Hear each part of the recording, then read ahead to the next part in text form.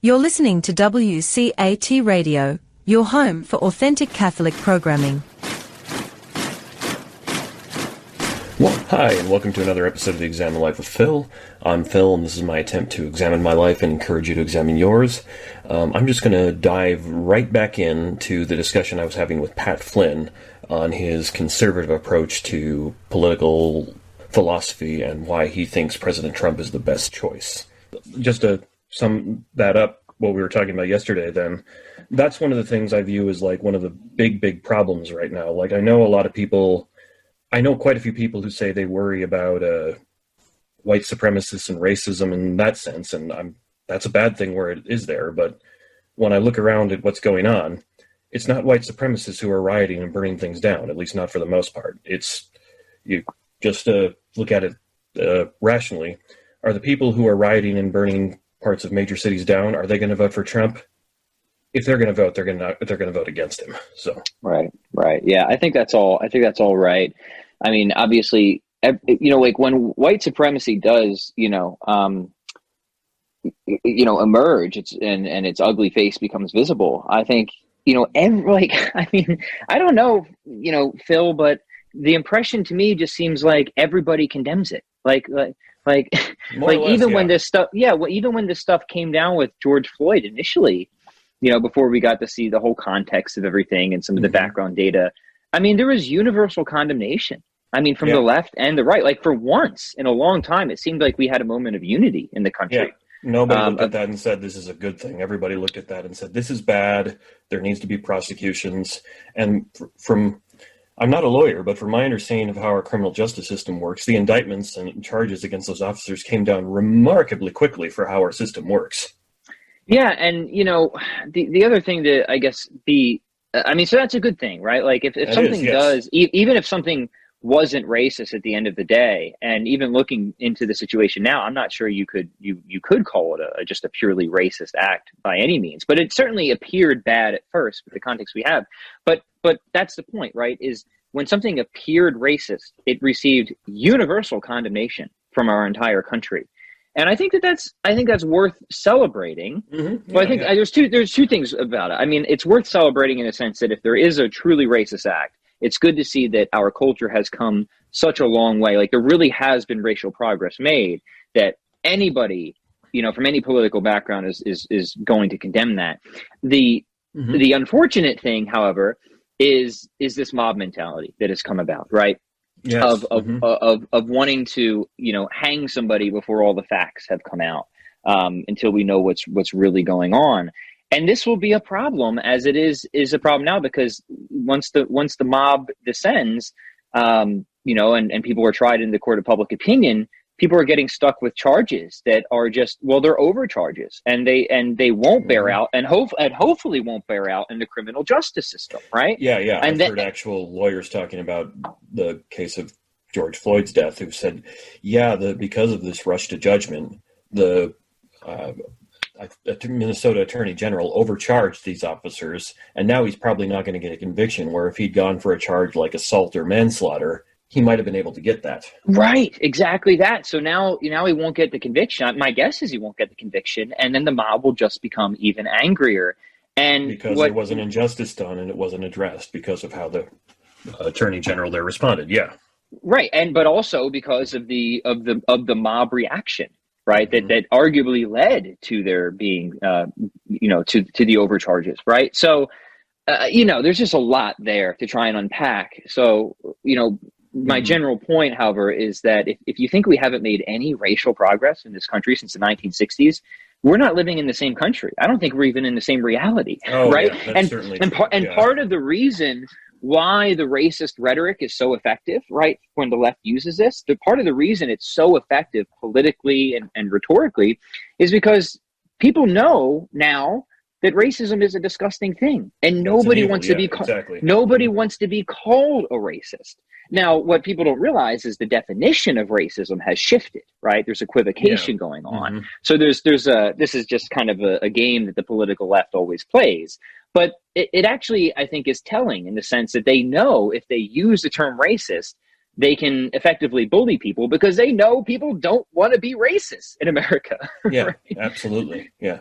So, Are you familiar with a term? It's called the Moat and Bailey tactic. Have you heard of that? Right, where you start out with an aggressive position and you retreat back to a more mild position. Yeah, you see it all the time. I observed that a lot when people were talking about defund the police, where they would say that and people would be like, that's absolutely crazy. You don't want any police around? And then they'd retreat back to something more reasonable like, no.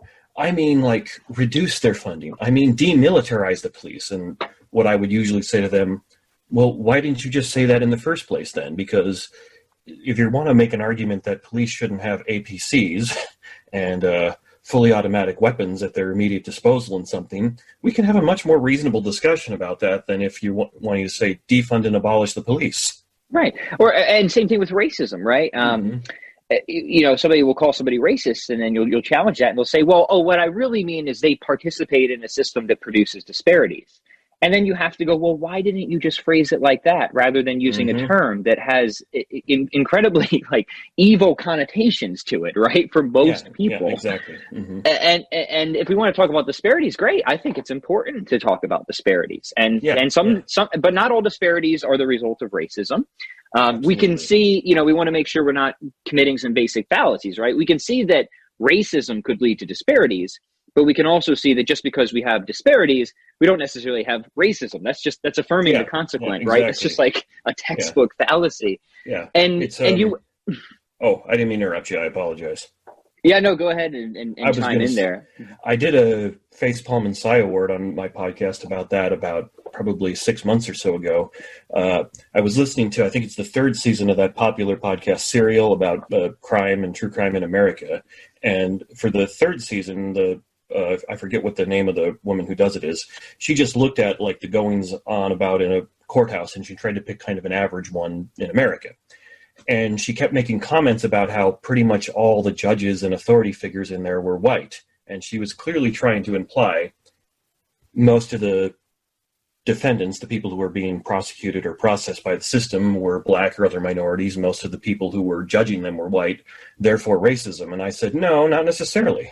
Now, it could be that that's the case, but you've got to do more work than just assume that there's disparity,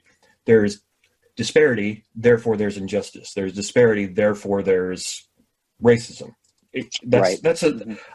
I'll grant you that like our legal terms, that gives you probable cause to go and look for it. When there's disparity, there's probable cause to go and look and see there might be something wrong here. We got to check it out. It could be racism. It could be some form of injustice.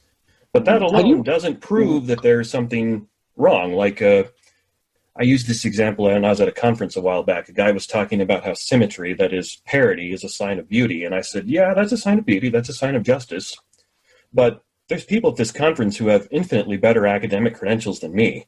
But that's not unjust. They have better academic credentials because they've worked and got their PhDs. They've been publishing stuff for 40 years. They've earned it. That's not unjust that they have better credentials than I do, even though there's not parity there. That's just. There's a good reason for that. Have you read much of Thomas Sowell's work, like Discrimination and Disparities? I've seen people quote him all the time, but I've never actually read one of his books. Like I know he makes a threefold distinction on the types of discrimination and things like that, but I haven't actually read any of his books. So yeah, well, for anyone listening, I would highly recommend it. I mean, he's one of the scholars right now who's just incredibly relevant at our cultural moment on this issue. So I'll just give him a little plug or endorsement, and two books of his. He's got Black Rednecks and White Liberals, which is very good for everything going on right now, but also, Discrimination and Disparities is another one for sure. Mm-hmm. Yeah. Cool. But yeah, so I guess what's the general point here? One, redefinition of terms. We see this.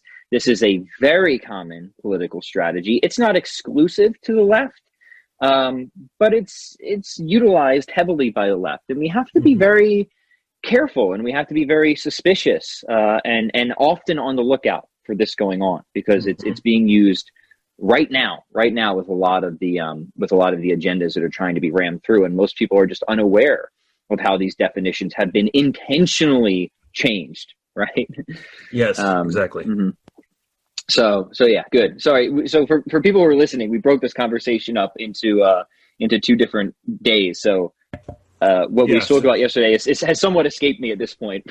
Well, we had some momentum going, and then we ran up against our deadline. And even though we're happy to get started again, it's kind of like we lost our momentum because a whole day went by. So Indeed, it's funny how it happens, but we still have plenty to talk about, I'm sure.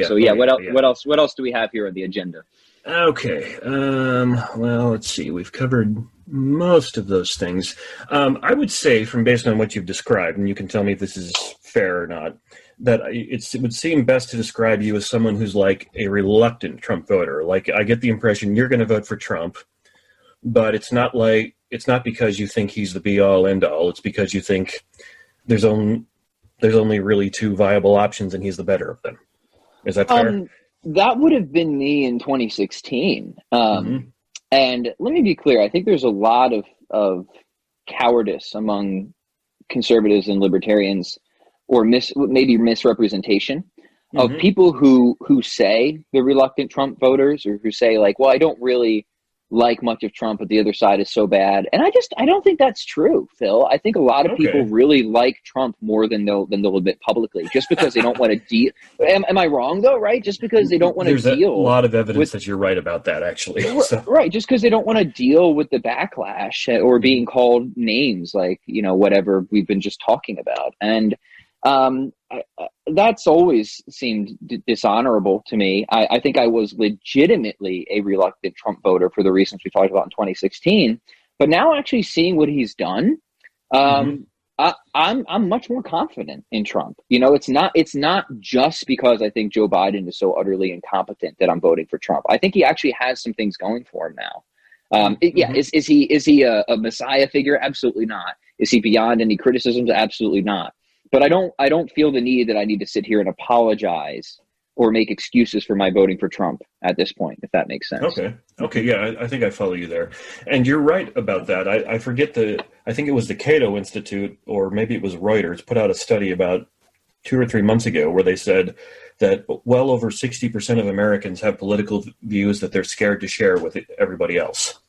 And then I saw that. By political affiliation, the conservatives were far more scared to share their views with people than the liberals were, which I was then telling people, there's no way that doesn't come into play when people are answering poll questions. So now you've got good cause to be skeptical of what these polls are telling you, because 60% of the people say they're scared. Can you really tell me that they're then going to honestly answer poll questions? I can't see how that doesn't come into play. Right. And I just know from my friends and associates and acquaintances of how people will talk about Trump online versus how they'll talk about Trump when you're having a beer with them. Right.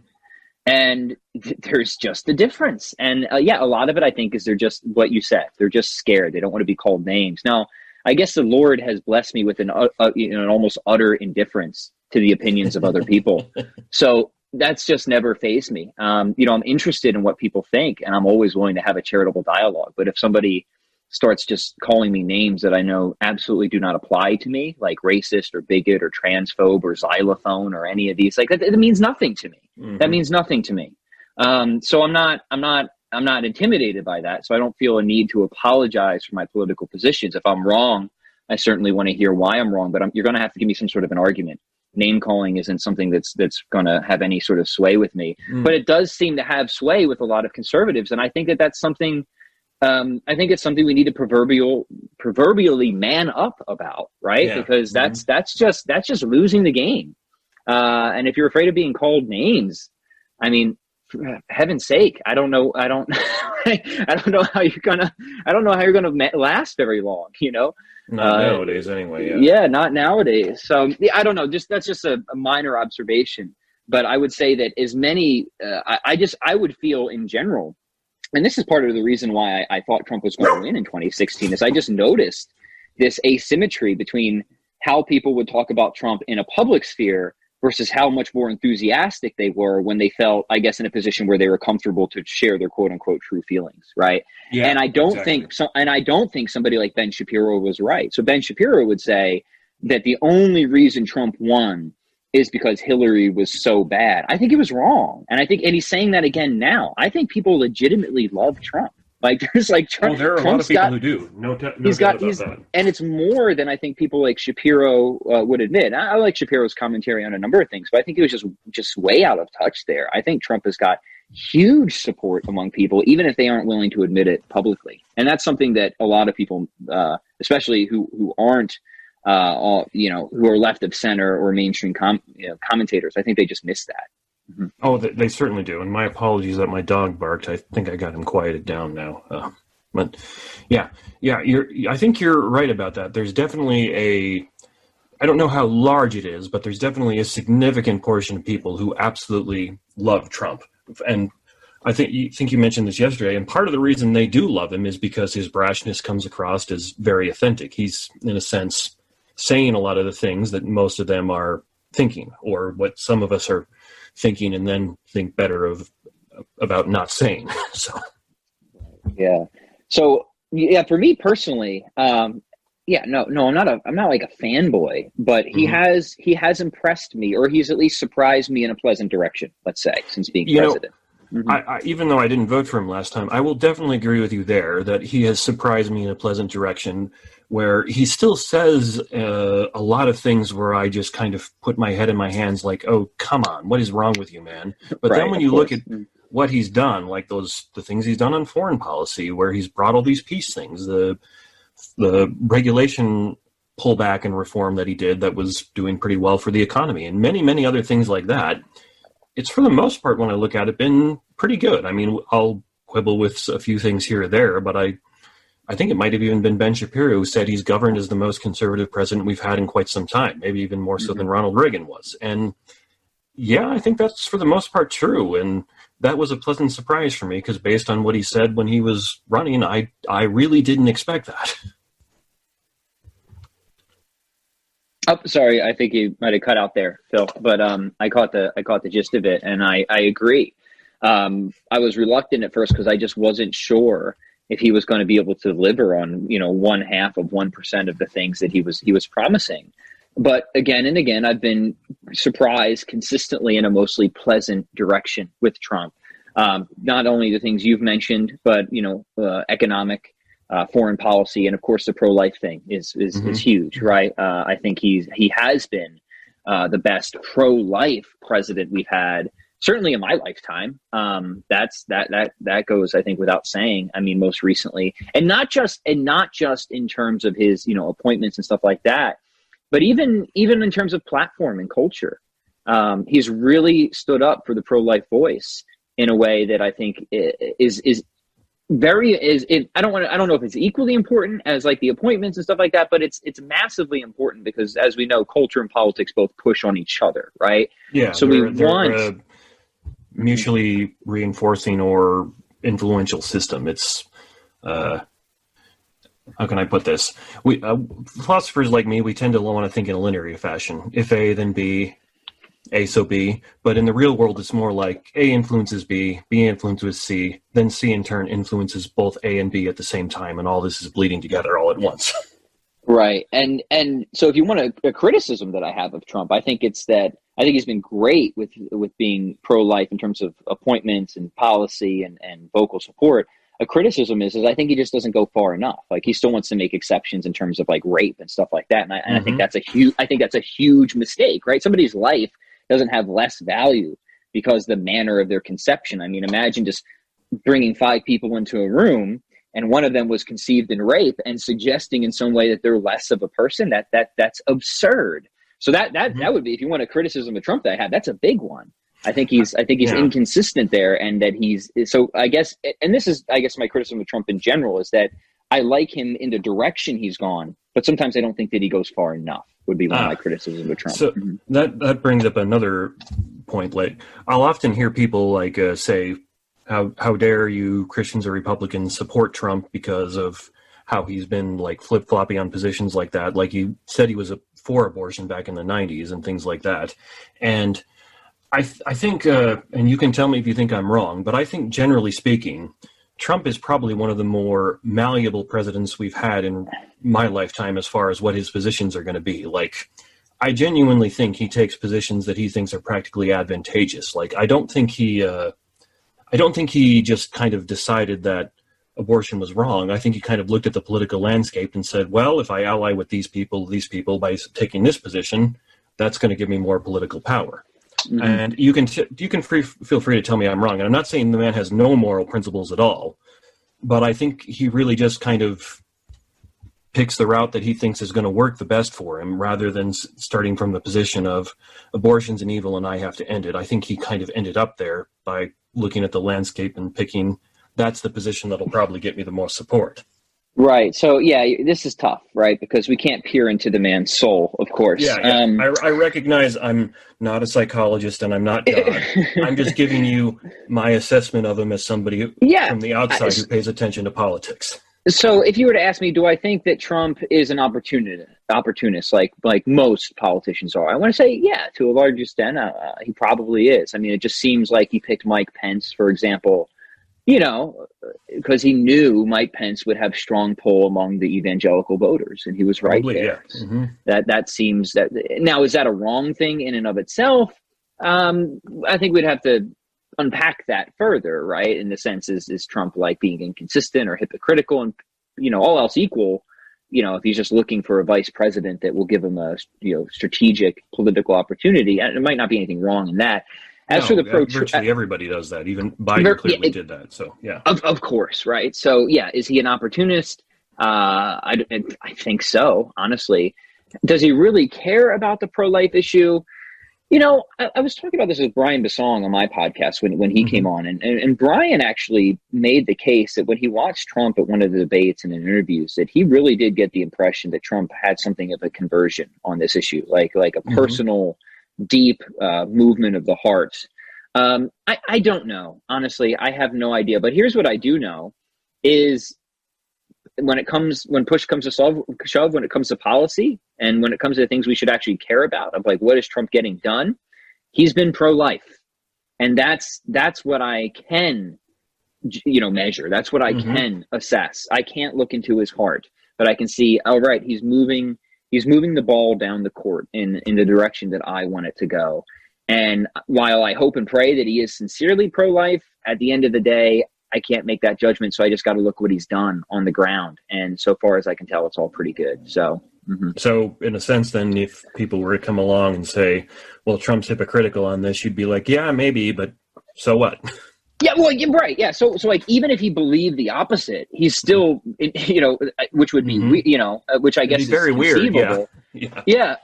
He's still doing good for the stuff that I care about. And that's, at the end of the day, when it comes to the president, yes, I mean, for the sake of his own soul, he's a fellow man. I want him to get to heaven. I want him to live a moral life. Yeah. I want that for all politicians. I want that for every human being, right? So I wish that for him individually. But as his role as the president, as I just can't look into his soul, right? So I just got to judge him on what he's getting done.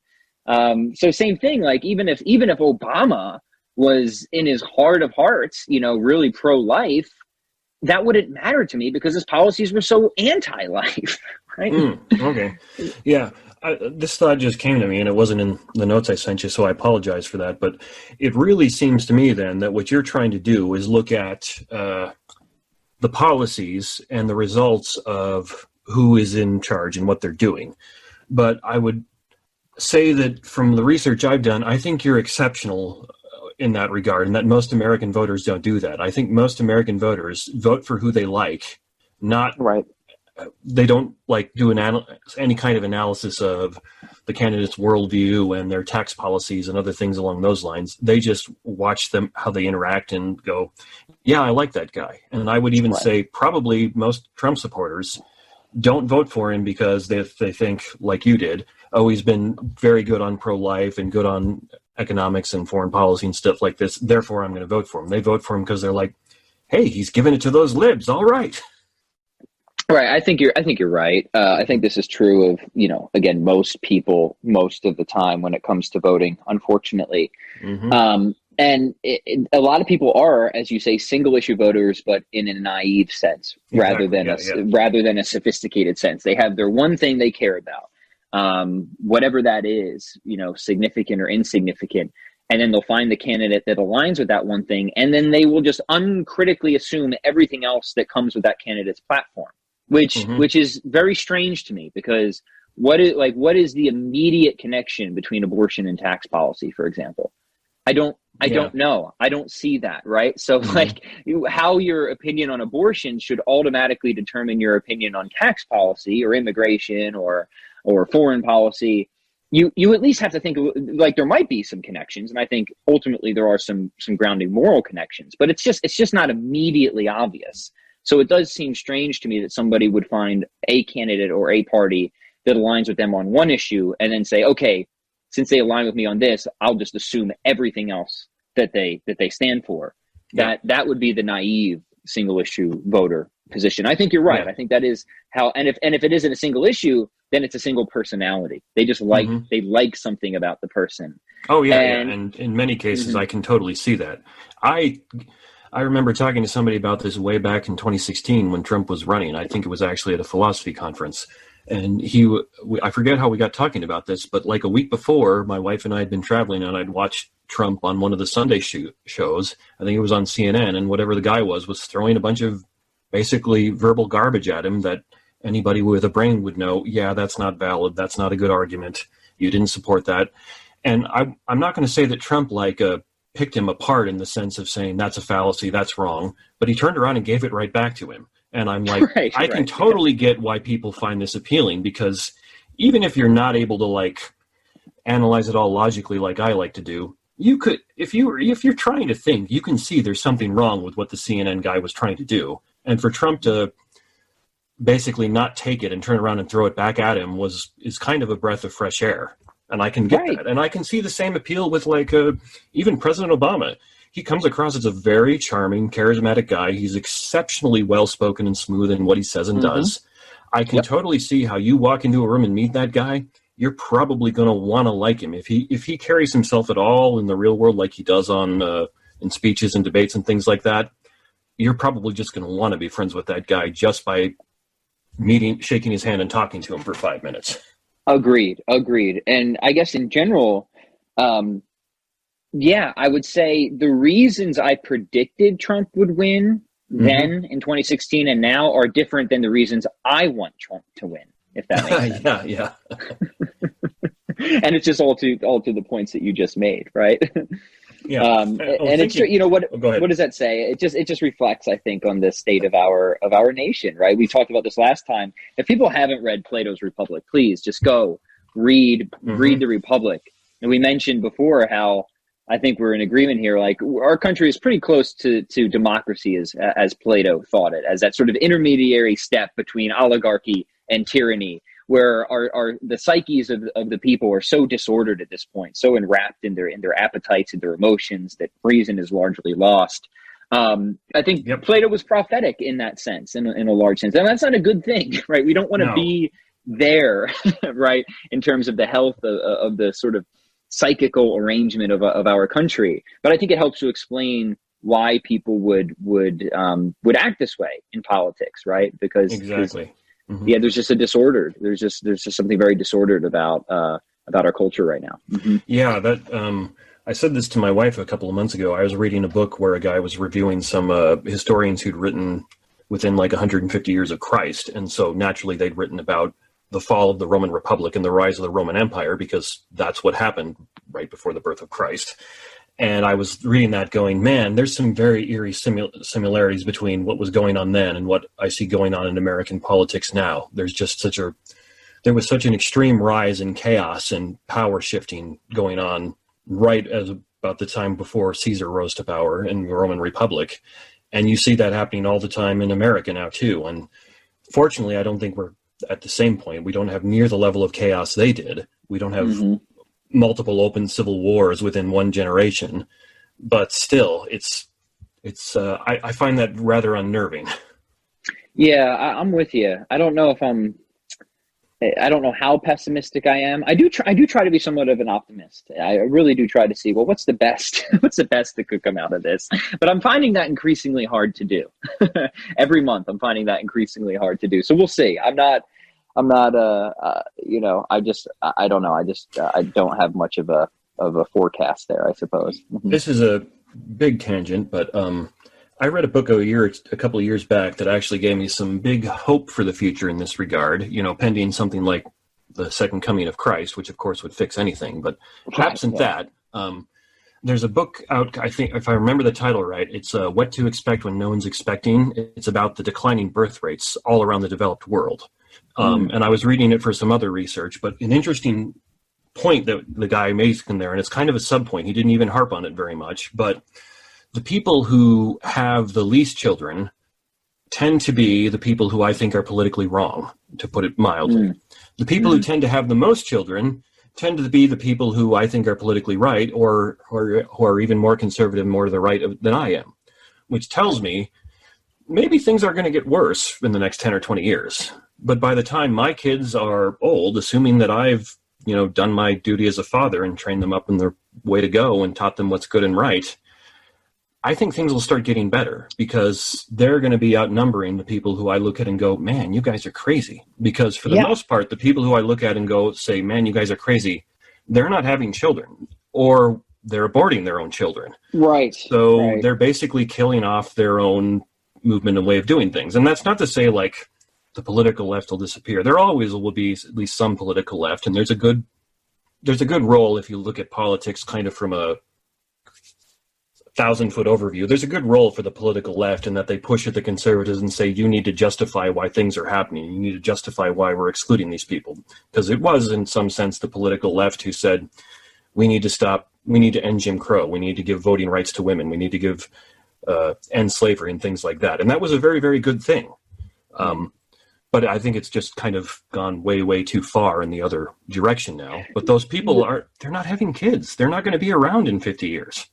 Right. So, go figure. There's something to, the birth control and abortion ideology that's inherently self-limiting. It is. And now that's incredibly sad, right? Yeah, because it seems kind of.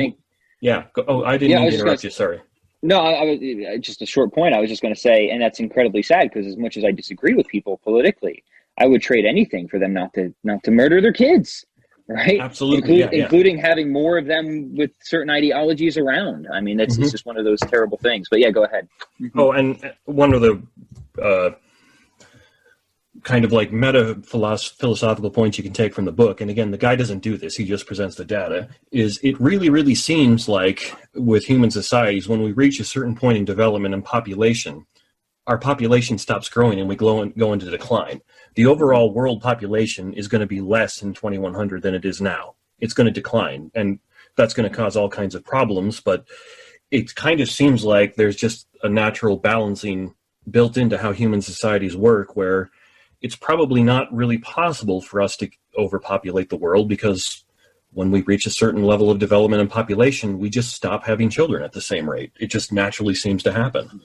Yeah, which is interesting, because it's funny because I've looked into the research a little bit, and it confirms what you say, that despite the alarmist rhetoric, not too long ago about a major overpopulation crisis, it seems like we're actually going to suffer an underpopulation crisis. Yeah. There's the U.S. seems to be faring better in that regard than most people are, thanks to, in large part, immigration. Again, I'm getting this from the book, but some countries like Russia and China, right? They're probably not even going to be able to maintain their internal infrastructure in 20 or 30 years, because they're just not going to have the people to do it.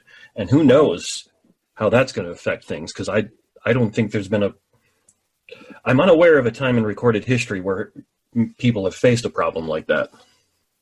Yeah. I mean, look, there's so much uncertainty now, and there's so many variables. That's why I'm hesitant to make, I'll forecast that I think Trump is going to win. But if you ask me for too many other forecasts beyond that, I'm just going to throw my hands up. I have no idea. Yeah, I've been talking to people about that, and I agree with you. I think Trump's going to win for many of the same reasons you do. And I would actually go so far as I say, I think it's probably going to be a decisive victory where contesting it is not legitimate. Like, if he wins by 5 electoral votes and he won Minnesota by 5,000 votes, that you can contest that election. That's legitimate. Right. But I think it's probably going to be wider than that, because of what I told you earlier about 60% of the people don't say what they really mean about politics.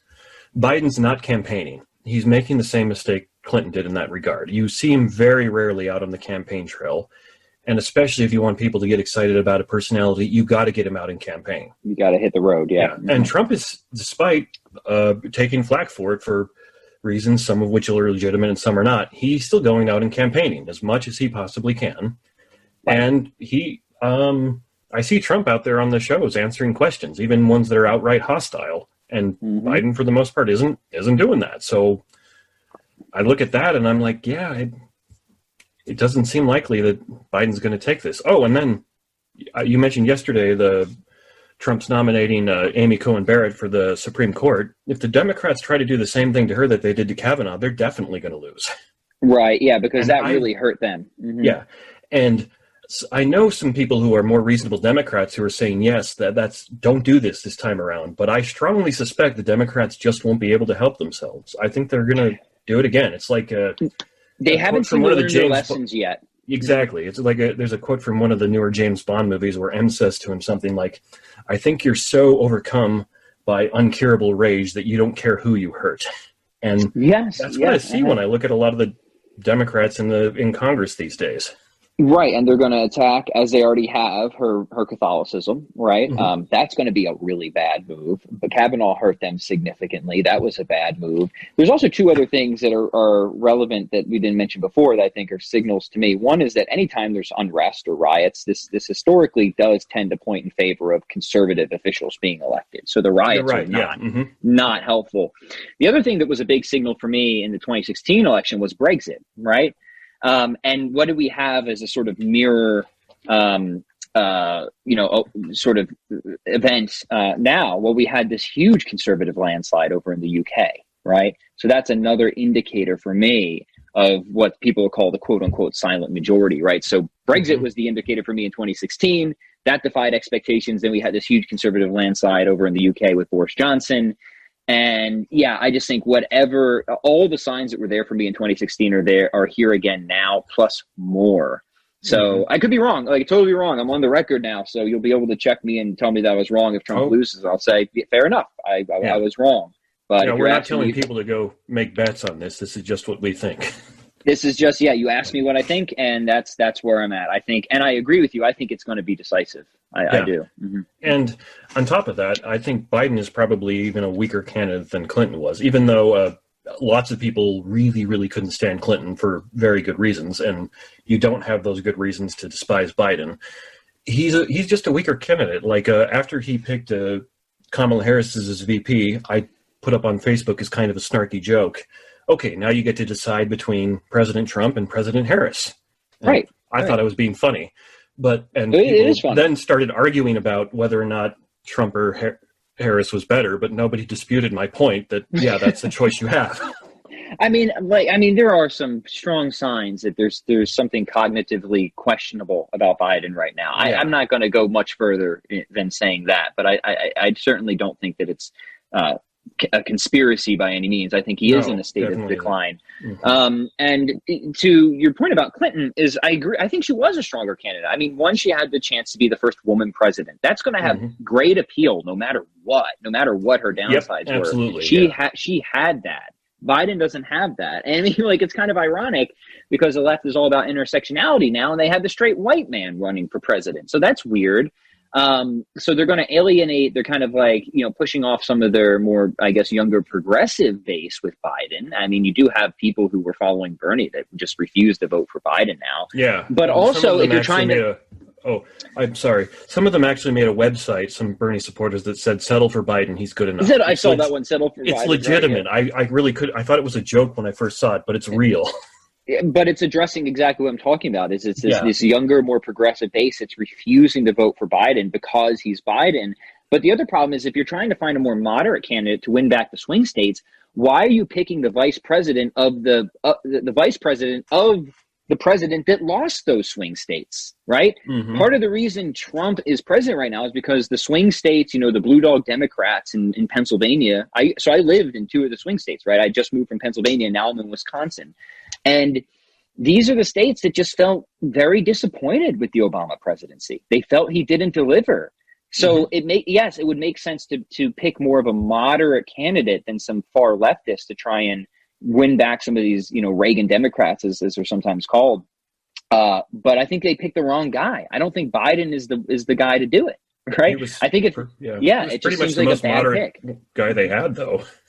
No, but pretty sad. But he's the failure. He's the one that in large part set up Trump's victory. So I don't see people who originally were alienated by Obama, who felt disappointed. Maybe they voted for Obama, maybe they even voted for him twice, but then felt disappointed and felt like giving Trump a shot. I just don't see them going back to Biden after Trump at this point. Again, I could be wrong. I just don't see that. It does seem rather unlikely. And this makes me think, one thing that I know some people don't like about Trump, and this is one of, she won't mind me saying this is one of my wife's criticisms about him, is she doesn't like the way he handled COVID. And what she means by that is, yeah, he was giving daily briefings, but he said all kinds of stupid crap in them. The administration reversed itself 4 or 5 times on masks, and then admitted later they said the wrong thing because they thought they had good reason to, and things along those lines. Do you think he didn't handle that well? Like, I know I've tried to argue with my wife. I think he didn't handle it very well, but I doubt it would have mattered who was president at that point. The response would have probably been more or less the same. I'm sympathetic with your viewpoint. I think he handled it okay. I think he handled it far better than any far leftist would. I mean, these people are insane with wanting to prolong lockdowns. I mean, that's true, first off, there's many studies out there that have argued consistently, especially from out in Europe, that lockdowns really make little to no difference at all. MIT put out a study saying if we're going to do lockdowns, we should do targeted lockdowns. So these large scale lockdowns have no precedence, and they seem to be pretty freaking pointless, right? What a lot of the studies say for a lot of countries of what kind of accounts for the differences in deaths isn't lockdowns, isn't mask mandates. It's a term that I learned when doing research into this. It's a term called dry tinder, and the idea of dry tinder is it's a certain population buildup that accumulates if your region didn't have a very severe previous flu season, right? And so you build up. It's similar to like what causes a forest fire. Then they're just using that to refer to people who are susceptible exactly to the disease. Right. Mm-hmm. So that's what a lot of these studies are showing. It's like, well, look, we can look at the differences in deaths and see that the lockdowns really had little to no effect. But what mattered was there a previous bad flu season, and did certain populations build up that otherwise, sadly, unfortunately, would have died. Right. We're not downplaying the any untimely deaths, but just trying to look at it objectively. So what would I say? I would say I'm happier with Trump's being skeptical of lockdowns and measures for a very simple reason. The very simple reason is this. If you're going to suppress people's fundamental rights, right? And like, we're talking big rights here, like rights to provide for yourself, rights to work, rights to worship, religious liberty, which is still going on in many states. And I think this is something that any conservative and libertarian should be sympathetic with. If you're going to suppress those rights, then those who impose burdens have the burden of proof, right? That's certainly true. Yeah. If you're going to impose these burdens, then you need to prove to me that these lockdowns are not only effective, but they are necessary, right? They are necessary, and we cannot afford not to have lockdowns of this sort. And not only was that burden of proof never met. So I would say it was warranted for a short term initially when we still had a lot of uncertainty.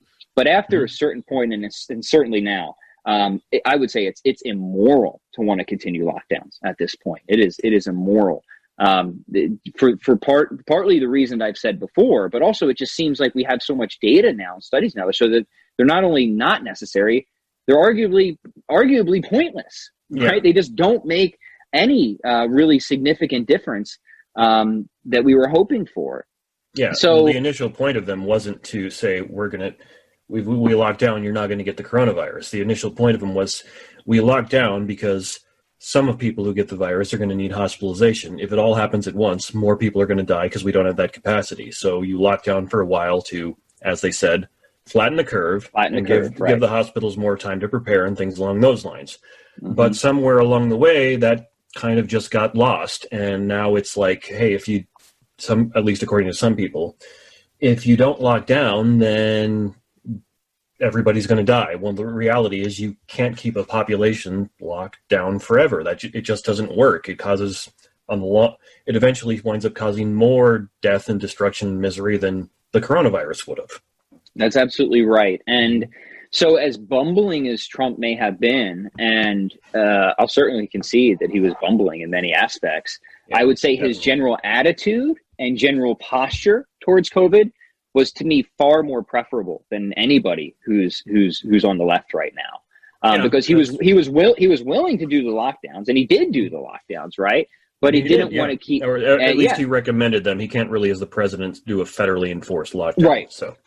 Right. And, but then we had this shifting of the goalposts, like you're talking about, Phil, is like, now it's like, what exactly is the goal? What are we really going for? Because we were initially sold on this as something to help prevent the overload of our healthcare systems. And again, I think that initial concern, with as much uncertainty as we had at the time, those first 2 weeks, I think you could make a case for that. I think that was probably warranted at the time. Yeah. But now, looking back, and longer than that, no, I would say that the lockdowns are not only not warranted, but they're immoral, right? Like, we're suppressing people's fundamental rights to worship, to work, to gather, to be social animals, which is necessary for our flourishing. The burden of proof is not met at all. And there's just so much hysteria out there, and not enough looking at the data and looking at the research and the studies that have been done. Headline after headline, and the left is guilty of this, especially promoting this hysteria rather than being realistic and honest about the situation. So, yeah, I'll concede that Trump was certainly bumbling on some points, but I'm far more appalled and offended by how the left has tried to respond to coronavirus than any of the conservatives. There were too many governors around the country who viewed that as an opportunity to be very authoritarian and started imposing restrictions that just flat out made no sense. Like the Michigan governor is a prime example of that, where she was picking and choosing what's an essential item that you can buy, and like forcing stores that were open to put up signs that say, no, you can't buy this, but you can buy this, for just no sensible reason whatsoever. And that was clear. Like, she was even doing that in the first, I think, couple of weeks, when I was saying to my wife, lockdowns like this I think they're warranted, but look at what this crazy woman is doing. She's making it all seem illegitimate. And then when I read some court decisions that were being decided in favor of her, and then a bunch of people went and protested in the Capitol, I said to my wife, if we lived in Michigan and I didn't have to worry about, taking care of our 2 kids who can't take care of themselves or something, I'd get a gun and go protest in the Capitol too, because the court's basically saying she can just flat out decide, I can restrict your right to buy seeds for no reason whatsoever. Right. And that's not right. That's wrong. Now, if she could then make a good argument, like, I have some evidence that says if there's more than 50 people in a store, that's going to increase your risk of getting the virus pretty substantially. So you can only have 49 people in the store. So that's the restriction I'm putting in place. I'd be willing to grant, in an exceptional situation, the government some leeway there. But that's not what most of them were doing. Yeah, Whitmer was especially, I think, borderline tyrannical in some of her impositions. And there's a reason, and there's a great legitimacy to those protests that were going on. And I would just ask people to keep in mind that basic principle, like, don't concede more ground than we need on a moral front, that those who impose burdens do have the burden of proof, especially when it comes to suppressions of our most fundamental rights. That burden of proof is not met right now. Even if we want to say with the uncertainty, it was warranted for the first 2 weeks. After that, it becomes extremely dubious. And at some point, I think it just becomes outright outrageous and needs to be battled against. I think I actually did a podcast on this when all this first started, saying, do like a Pascalian wager argument. If there's uncertainty, and on the one side, you're risking more human life, and on the other side, you're at least potentially saving more human life, I'm going to give you, let's do the option that potentially saves more human life, even if it inconveniences me or harms me in some way that, doesn't end my life. But once the uncertainty goes down, then you've got the means to make a decision that's better than that. So right. Yeah. And I think, so Pascal's wager, right? So how would that, because people might still use that even now. But what I would say is, with Pascal's wager, first off, in relation to Christianity, it only kicks in at a very certain point, right? It kicks in when somebody has weighed the evidence and they think, okay, I'm 50-50 between Christianity and atheism, say. And it seems like if I go one way, I have pretty much everything to gain, but virtually, if not nothing to lose. So I might as well do that. But I mean, we just don't have that sort of clarity with these impositions that are being done with COVID. Like, we don't know what the long-term economic ramifications are going to be. We don't know what the long-term psychological ramifications are going to be. There's just way too much in terms of the potential downsides that I don't even know if you could, maybe at the very beginning, I could see the wager kicking in at that point, but certainly not now. Certainly not now. Mm-hmm. Pascal's wager assumes you can't use evidence and rationality to make a decision. You've got to do risk assessment. And risk assessment like that only comes in when there is a relatively high amount of unknowns. I mean, there's unknowns in life no matter what you're talking about. But when your unknowns are relatively low, you can make a good risk assessment. Like, there's unknowns involved in me getting in my car and driving my kids to school. Something might happen. But we know more or less enough about that I can weigh the risk and say, yeah, the risk of that, me getting in a wreck and dying and my kids dying with us doing that, is very, very, very low. So I'm willing to assume that risk. And when you don't have much data and you can't decide rationally, a risk assessment is a pretty good way to make a decision like that. And so that's why I said that was appropriate way back in March. But now that there's more data, you can't really make that same judgment call anymore. Yeah, and if somebody's there was a really well done overview of some of the recent research and data that has come out about COVID, about what we do know. I will send you that link, Phil, and maybe we could link it in the show notes or something for people who want to dive. I found that was very helpful, the overview of a lot of the studies that have come out about lockdowns and masks and stuff like that. If people just want to kind of dispassionate, objective look at it, I'll remember to send you that link after we're done chatting. Yeah. I'm probably not with you on masks. I do think for the most part, people should be trying to wear those. But again, I look at that as like, is that really inconveniencing you in the sense that you can't worship, you can't run your business if you're just saying, for the most part, if you can, unless you've got asthma or something like that, try and wear a mask around other people. Yeah. So what would I say about masks? It's definitely different than lockdowns. I agree about that. However, 40 years of research on mask effectiveness and particle sizes has been pretty clear, right? So that suddenly this changes, right, under this politically hot climate. And what we found is really anything aside from like a properly fit N95 respirator is virtually useless or next to useless. So it's useless at protecting you, but like if you have the virus, it can be helpful in not transmitting it to other people. Like it so that's the assumption, and I'm saying that's challengeable. And there's a number of people who've called out some of the dubious Rush studies that have tried to assert that, and we have many years of previous data that say, so I don't. This isn't a hill I'm willing to die on for sure. Mm-hmm. But what I would say is this: if you want to wear a mask, fine, I'm with you. That's fine. However, when it starts coming, and this is something I think you'll probably be sympathetic with, Phil, when it starts coming to impositions of any kind from the government, you still have a burden that needs to be met, right? Oh, yeah. If your state governor is going to say everybody's wearing masks, he has a burden where he's going to need to be able to demonstrate why. I argued with this about something with I'm losing my words here. I argued with somebody about this a while back where I said, I think this is kind of comparable to like why the government can enforce a speed limit. It's pretty much you can verify if everybody does whatever they want on the road and there's no speed limits, it's mass death and chaos. So the government has a right to come in and kind of impose some kind of limit, and obviously they have to enforce it there. But there's very clear and obvious reasons why that should be the case. You almost don't even need studies at that point for that. And so they would need to meet like a similar standard of proof to say, yeah, I'm making a statewide mask mandate or something like that. Or at least maybe the scientific data isn't there, but you'd at least need the potential for something like that to be there at the very least. Right. And what I would say is like, we have data now, like we can look at the different countries and different states when mask mandates have gone in. And what do we see a statistical difference in effect? I haven't. None of the researchers have. So what I would say is my willingness to go along with here's how I would put it. My willingness to keep going along with mask mandates is dissipating every month, is what I would say. Mm-hmm. I'm not going to, like I said, it's not a hill I'm going to die on. I'm willing to consider any research to the contrary. I think I've looked through a lot of it, but then I've read the critiques of other scientists of that research, and then I become somewhat skeptical again. So I would say I'm a skeptical agnostic on masks, but it's I think there's an important, deeper point here. certain hills are worth dying on, other hills aren't. That's so I would say, true. Yeah. I would say the lockdown, if somebody tried to reimpose lockdowns, that's something we need to fight strongly against. I don't feel especially strong about going out and protesting the current mask mandate in Wisconsin right now. If that makes sense. There is a mask mandate in Wisconsin right now? I didn't know. There is, and it's funny because our cases keep going up in Wisconsin after the mask mandates. So if you're going by cases, it hasn't done anything. It's only gotten worse here. But the deaths are the same as they've been essentially since April. So like somebody has to explain this to me, right?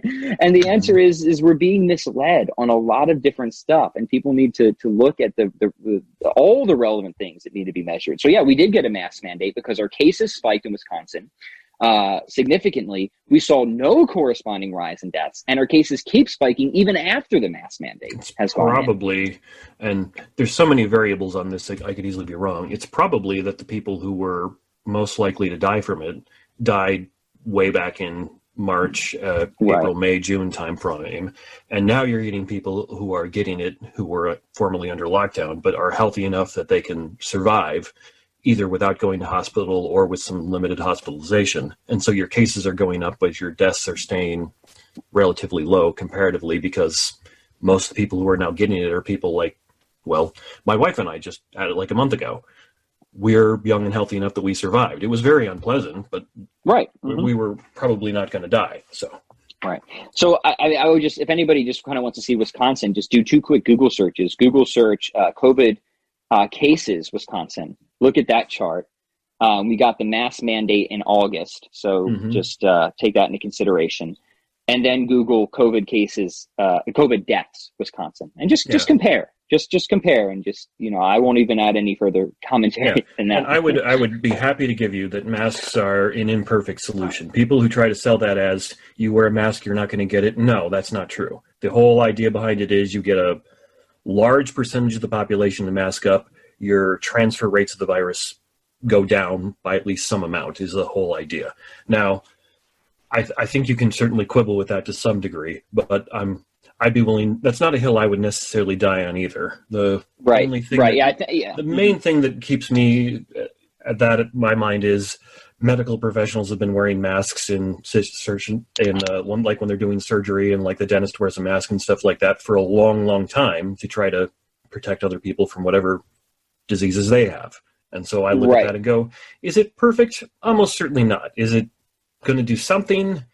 I think more likely than not, but at the same time, I'm also not in the position to say yes, absolutely.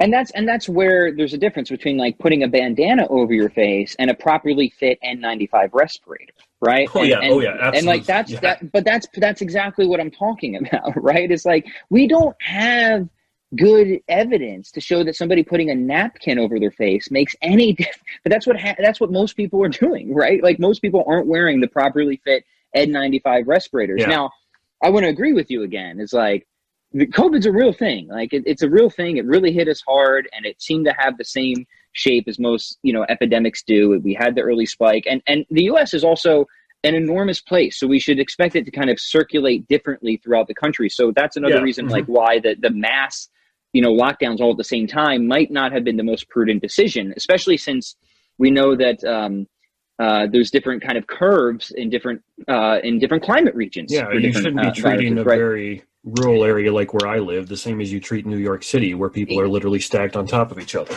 Right, 100%. So, issuing guidelines, right, like general recommendations, like social distancing, not only a hill I'm not willing to die on, but if like these are like recommendations, I would probably support it, especially if there's uncertainty. But once you start making impositions and you taser a woman at a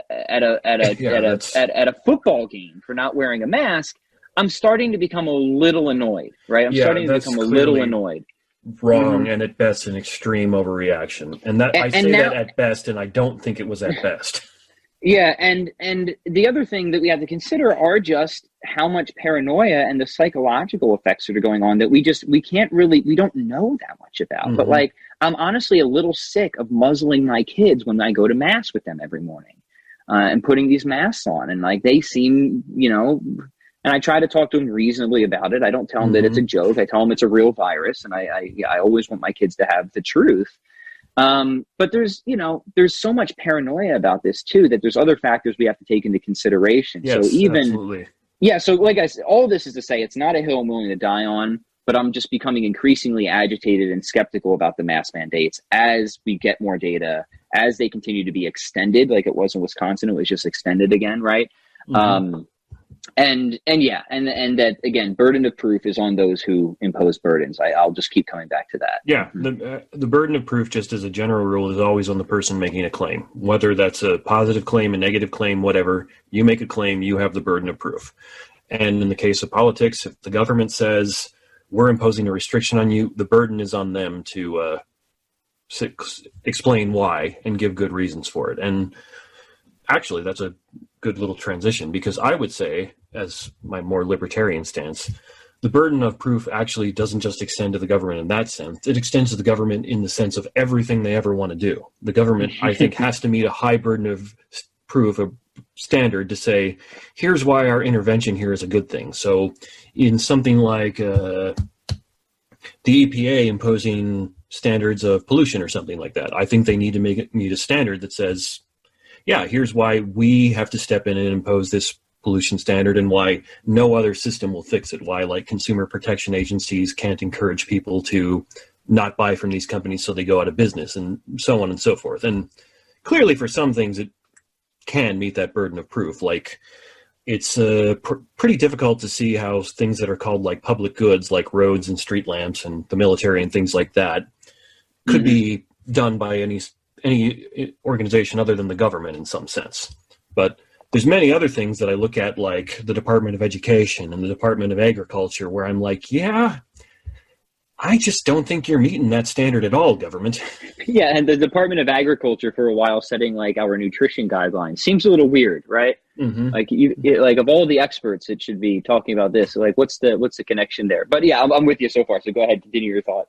Oh, I was going to then say, I think this is a good transition to a question I had. How would you define, like you defined yourself as a common good conservative, how would you differentiate that from something like the libertarianism I describe, or like liberalism or leftism, or, some of these other views? Because like we seem to be at least in principle, in agreement on most of the things we're talking about, even though we might differ on practicality issues. So where's the difference come in then? Right. So, a couple ways to come at this. One is, I would just say libertarianism just is a form of liberalism, right? It's on the spectrum of liberalism. It's sort of an extreme end of it. And the liberal project is something like this, right? It's the idea that we try to have some type of dispassionate organizing principle to maintain some type of pluralistic society, right? Mm-hmm. And in one sense, I want to say that that's just impossible, right? Like, because how are you ever going to have a dispassionate organizing principle between people who hold beliefs that are wildly opposed on things like abortion, on the family unit, on the role of government? Like, you can never be dispassionate against these with these issues at all. So I want to say there's a deep philosophical problem of liberalism on a whole, and libertarianism is a specific instance of liberalism because it tries to make that principle something like a non-aggression. Sometimes they call it axiom. That's stupid. It's definitely not an axiom. It's not like the principle of non-contradiction, right? Yeah, or like call it a presumption. Yeah, call it the non-aggression presumption or something like that. And I think that has issues in the sense that if you're going to try and really push that through all the way, you're not going to be dispassionate because there's going to be people who challenge that presumption, right? It's not dispassionate to them. So in one sense, I think that there's just a huge issue at the sort of bedrock philosophical principle of liberalism, and libertarianism is just one sort of instance of liberalism that tends to focus a lot on what I would call the negative considerations of the common good. So the common good, conservative can come at it two ways. And I think maybe some of the easiest ways to see the difference is, or to see where we would disagree and where we might agree and disagree, excuse me. Mm-hmm. So, the idea of the common good is it's not the final good for humans. Let's be clear about that. The final good, as I'm sure we'll agree here, Phil, is the beatific vision, right? It's life with God. So the common good is honoring God. Mm-hmm. That's it, right? That's the only final good that we have, right? So whatever else the common good is, it's a political end. It's an intermediate end and that it's one that should make our ultimate end and our ultimate happiness and glory in God. It should facilitate that in some sense, right? The common good is really the end of society as such, in when we're talking about like temporal welfare, and we can talk about it as it's taken both collectively and distributively. But let's get back to the other point about how we might consider it from a negative standpoint and a positive standpoint, because I think this is key in differentiating the common good conservative of how I am now versus how I used to think as a libertarian. Because I think I would agree largely on the common good negatively considered, or I would have accepted all that as a libertarian, but I might not have accepted the common good as positively considered. So in the negative consideration, the common good consists obviously in really just the establishment and maintenance of order.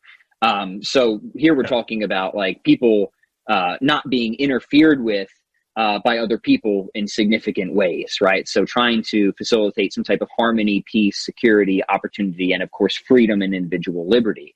So making sure that in my neighborhood, we can all live in our houses for the most part without really bothering each other unless we want to, because there's some sense of police and justice around to step in when somebody does do something they shouldn't.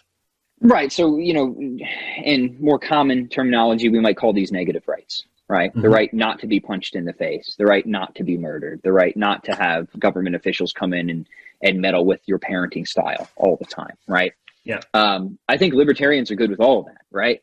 Mm-hmm. But the common good conservative actually wants to affirm, no, we actually have a lot of positive rights. And this is where some libertarians will object. And I want to say, of course we have positive rights. Of course we do, right? Because, just think about it on, I think, a very obvious intuitive level.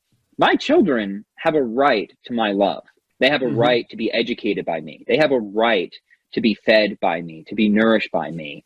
And if I fail to provide that right to them, then I incur real moral guilt, real moral guilt and spiritual and moral harm to myself, right? However, I have positive rights that my children owe me. They owe me their obedience. They owe me their love. They owe me their respect. They owe me their attention. And we can see that when each of us fulfills the obligations that we have to others, positive rights just kind of spill out or pour over from the sort of natural law obligations that we have to pursue our own happiness, right? But in social relations, we can see that if I fulfill my obligations to my children, and if my children fulfill their obligations to me, it's hard to see how everybody doesn't benefit from that, right? Like mm-hmm. I do my best to instill virtue in my children. They receive that education. They hopefully then in turn go and become good citizens and contribute to the positive good. I'm not a deadbeat dad, so I'm actually fulfilled in the caring and loving of my children, whereas I certainly wouldn't be, or I wouldn't objectively flourish if I abandoned my family. So, this is all, I think, pretty traditional natural law stuff. So but here's the thing, right? So once you admit that positive rights are a thing, you can extend that. And that's what the common good conservative would say, that just as we have positive rights in a very obvious sense to people within our family, so this will extend as well, since the family is not only one natural society, the nation or the state is a natural mm-hmm. society as well. So we do have positive obligations to our nation. Right. And this is why, traditionally, at least in the Catholic faith, patriotism is a virtue. Right. And patriotism is that virtue, that medium between two extremes, the extremes of like thinking your country can do no wrong, that your country is like the vessel of salvation. And the other extreme that we see on the political left these days of really just hating your country. Right. Yeah. And you want a more balanced view where you're like, America had some really, really good points. And then we had some really, really bad points, but we've gotten better by ending some of the bad points, like kicking slavery out, thanks to the Civil War. Right. And you know who, I'll give him, I know I criticized him before, but I think Shapiro's got a good perspective on this, because he says, how does he put it? He says, there's kind of two ways you can look at America. There's the way that a lot of people on the left look at it as this irredeemable place. It's so incurably bigoted. It was founded by horrible people, and we need to just abolish it. The other view is we have a certain set of principles in America, and those principles are by and large good principles. And there were times, sadly and shamefully, that we did not practice or implement those principles in the way that they should have been practiced or implemented. But we have better worked those principles out over time, and they're good principles, and there's something precious here and worth preserving. And we need to celebrate that. We need to acknowledge when we fell short. But by and large, this is a good place to be, and we should do our best to make it even better in accordance with those principles. When he says that stuff, that's wonderful. Yeah. I think he's right. I think he's spot on. And that's the idea of patriotism to me. I think that's absolutely right. I've heard Shapiro say that before as well. And I would add that people who want to go around saying that America is like so incredibly terrible, how many of you have actually been anywhere else in the world? You think America's racist? Go to some other places in the world and you'll see, if you comparatively, we're a whole lot better than many other places in the world. I mean, I haven't been to every other country in the world. It's possible you can point to one that's better than America, but the places I have, we've got we've gotten a lot of things a lot better than most other places. We're very blessed to have been born Americans or immigrated for people who come here because they want to. So So when we look at our founding principles, when we read some of these principles that all of us were created equal and endowed with inalienable rights by our Creator, right? There's a theistic commitment at the bedrock of our country. That has not been perfectly implemented, right? Because slavery is one huge blemish, but it's in working out that principle that we have good ground to say slavery is wrong. This is not in accord with the principles of our country. Exactly. It's also, in a contemporary sense, reason to abolish abortion as well. So we're living through an era where, again, we are failing to uphold and properly implement what is otherwise a good and true principle. Now, because that's happening, I don't want to say America is irredeemable, it's incurable. I just want to say we can do better than this. We can better implement the American ideal. And that to me is patriotism, saying, yes, we have obligations to our country. We should, there's a reason this is sometimes linked to the commandment to honor your mother and father, right? In the sense that none of us have perfect parents. I don't think we do, right? Except for God, right? But still, we honor our parents, right? We honor them and we love them and we show them a certain amount of veneration and respect. Well, same thing with our country. Doesn't mean we can't criticize, doesn't mean we can't work to make it better, but there's a certain honor that is due, a certain gratefulness and thankfulness that is due to that. And that's good for us. It's good for the country and it's good for us. And the Common Good Conservative recognizes that. But also recognizes in the common good positively considered all these different social conditions that add to our temporal welfare. So what would be another point of demarcation? Well, let's talk about education, right? So this is something where there might be a difference between both common good conservatives and mainstream American conservatives and libertarians, because a common good conservative, and in fact, somebody like Alistair McIntyre would say, if there's anything we should spend robustly on, it's education, right? And he takes a very Aristotelian line here. Now, and we should spend like a lot on education. Like it should be a big investment because it's so important to the health of the society. But then we would also argue that it's very important, like how we actually educate our citizenry. It can't be in critical theory, right? Let's be straight up. It needs to be in virtue. It needs to be in virtue, like to form a virtuous citizenry, which is not at all being effectively taught in our education system right now. So we have a lot of spending, which a common good conservative can be all for in terms of the common good and a role of the government possibly. But it's all being spent in all the wrong ways, in all the wrong places. Yeah, see, and that's where I would come in and say, I can see the appeal of that, of the common good conservative saying we need to educate our people in virtue, at least in theory. But I want to come in and say, yeah, but has that ever worked in practice? Can you really point me to a place, at least in our nation, and something that we could practically do, where the government hasn't just seriously mucked it up? Because most of the time when I look around, and I understand what you're saying, I get that, and you can, I think you can make the same appeal for a lot of different things, but like President Johnson more or less made the exact same appeal when he declared his war on poverty, which is, hey, we've got a good society. We have a responsibility to the less fortunate. We need to do what we can for them. And I'm like, yep, you're right. But then when you look at how the government actually handled that, they not only didn't really help, but they in many senses made the problem worse. And I look at education, like you're saying, we spend an enormous amount of money on it and see, at best, very, very little return, very, very little result. Right. So, yeah. So what would I say to that? I would say a couple things. One is that we might actually agree, because one way of thinking about it is an in principle problem. The other way to think about it is just an empirical or prudential judgment. So if you agree in principle that there is a role for spending, right, on education, then I would say you're more of a common good conservative than you are a libertarian, right? Like right there, right? Because the libertarian, the hardcore libertarian would say, the hardcore libertarian would say taxation is theft, full stop, right? And so it's just not at all legitimate, because that's coercion, right? That's aggression. So it's not at all legitimate to spend on something like that. So if you say that, then I think we disagree. If you don't say that, but you take, I think, more of the route that you're taking, Phil, which is say, okay, I don't have an in principle moral issue with that. I just think that when it's been done, it's just been a huge mess, right? And to that second point, I would say, fair enough. That's an empirical question. That's a prudential question. And I really don't have a particular brief to carry. I would say I'm probably still more sympathetic to most of my libertarian friends on that. That's why I lean towards things like school choice, voucher systems. Let's get some competition in there. Obviously, I think that education should be focused primarily on virtue. So that's just the way I would divide it up. And then it just depends, where do you fall on that? If you disagree in principle, then I think you're wrong if you say that there's no legitimate basis for taxation or public spending in general. If you just disagree in practice, then we might not actually have any disagreement.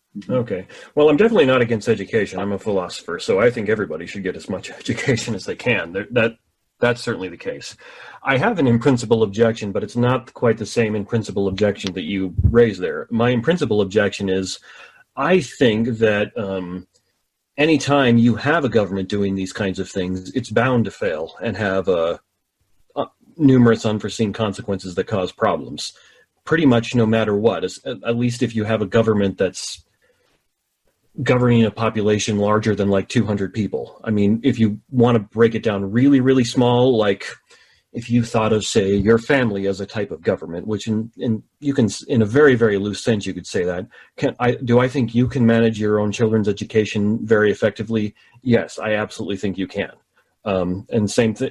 And you could probably extend that out to like a family group where there's, 3 or 4 family units who are working in collaborative fashion or something like that. But I think as a general rule of principle, the more complicated something is, the more chances there are for something to go wrong. The more pieces a machine has, the more chances it has to break.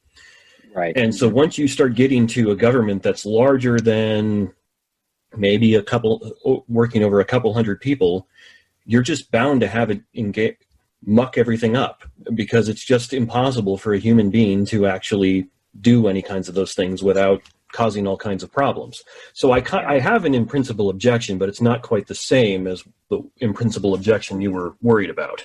Yeah, so I mean, one commitment of certainly all Catholics and most common good conservatives, I think this is something you might agree with or at least find attractive, Phil, is the principle of subsidiarity, right?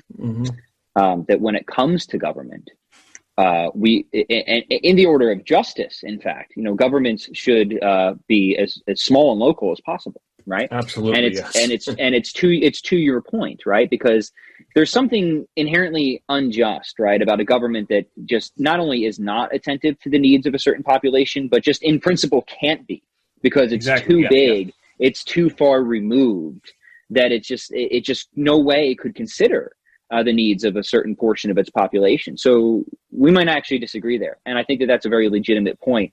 There's something very odd about the size of our government in terms of total population and just pure landmass, right? And when a lot of our founders would think about republics, they would have probably found it very strange to imagine a republic that was any bigger than the size of Virginia, say, right? So we might actually have disagreement there. I think that that's something that people should be legitimately concerned about. That's a reason to not go all in for like super nationalism, right, of just one world government.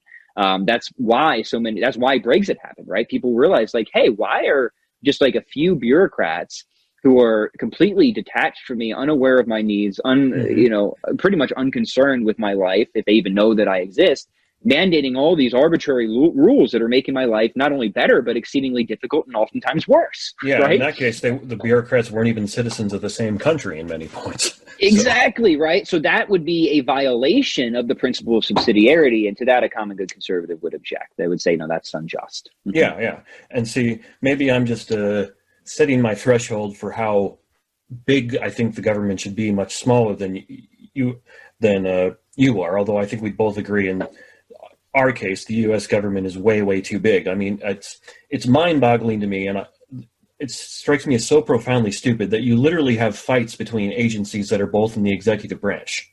Right. How can that happen? Because they both work for the same person, the president. So why is it the president isn't stepping in and righting all these wrongs? Well, it's because the executive branch is so huge, the president couldn't do that even if he made it his mission in life. Right. And it's one of those things where, aside from my more fundamental criticisms of liberal philosophy and dispassionate organizing principles, I mean, just look at the difference in culture between, Washington State and Tennessee, right? Yeah. Mm-hmm. And really, right? Really, it's just I mean, I don't know. I mean, I have a lot of my good friends are still, very much libertarians. I just had an episode of my friend John, who's starting a website called peacefulseparation.org, and he's just trying to make the case for secession again.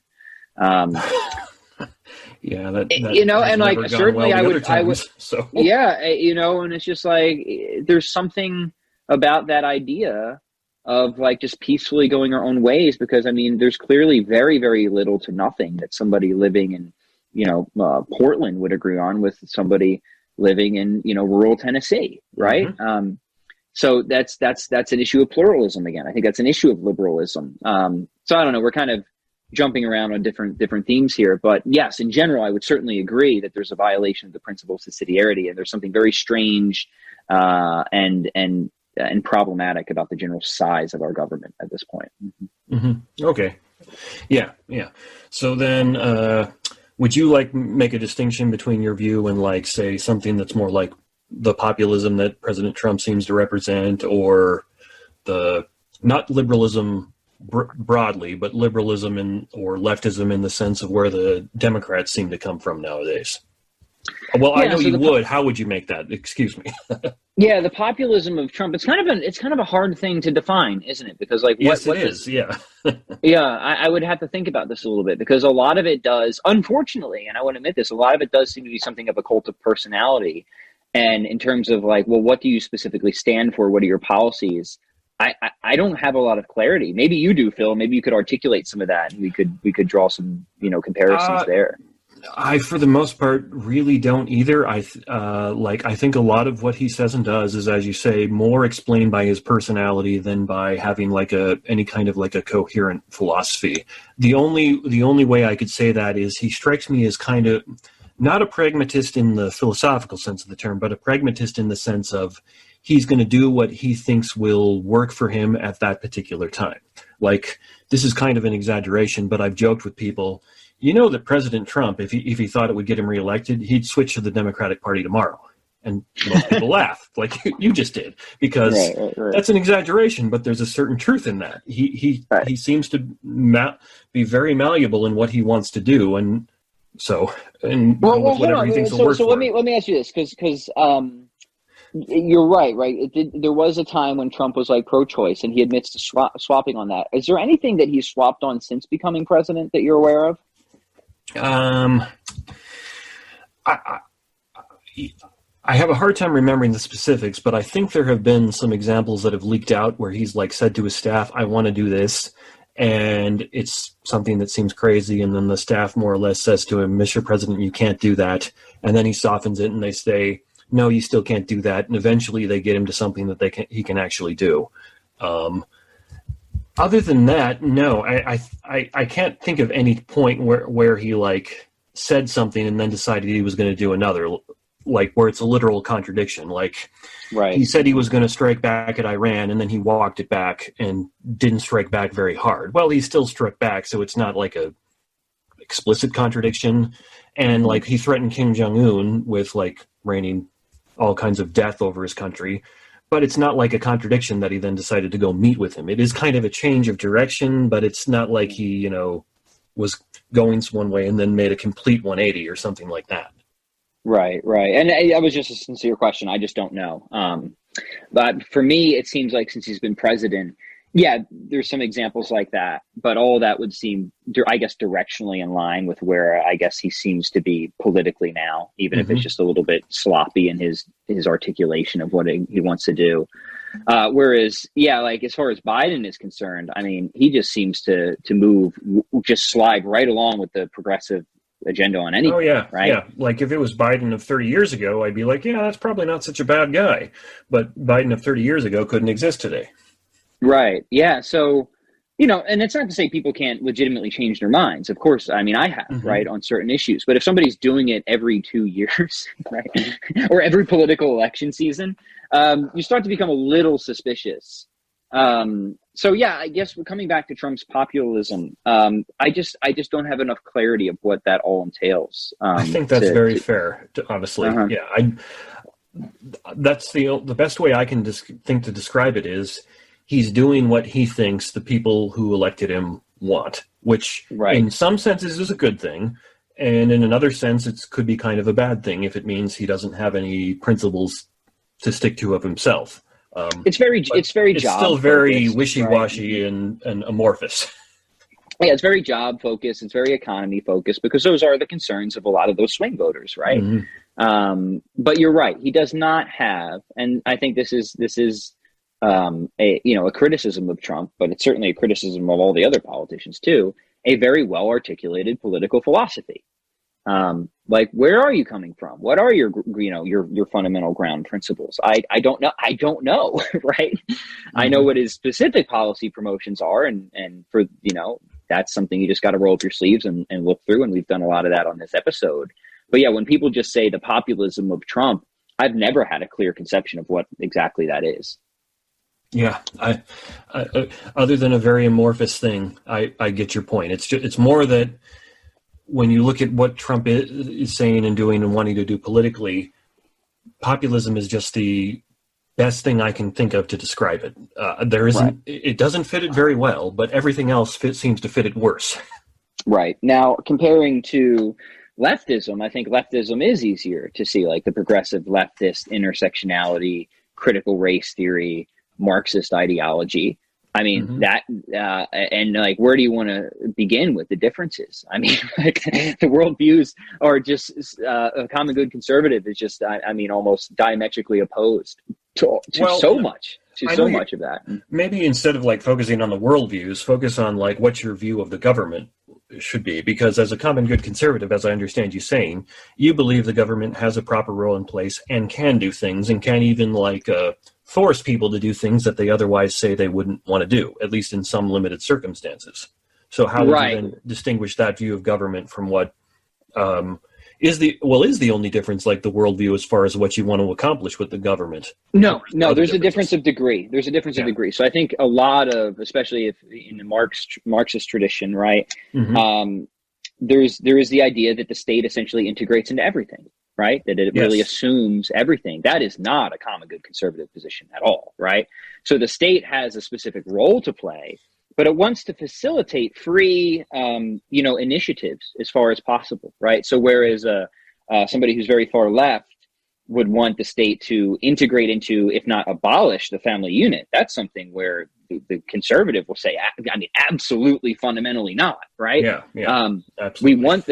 We want incentives for a strong family unit, right? So we want to uphold traditional marriage, right? Man and a woman. We want to encourage procreation. We want to make sure that there are strong incentives to have strong family units, so like maybe there's some carrot and stick approach there. Maybe there's some penalties too, for divorce, stuff like that. So like we want to kind of cushion the family unit, if you will. But as far as possible, we want that initiative to be free.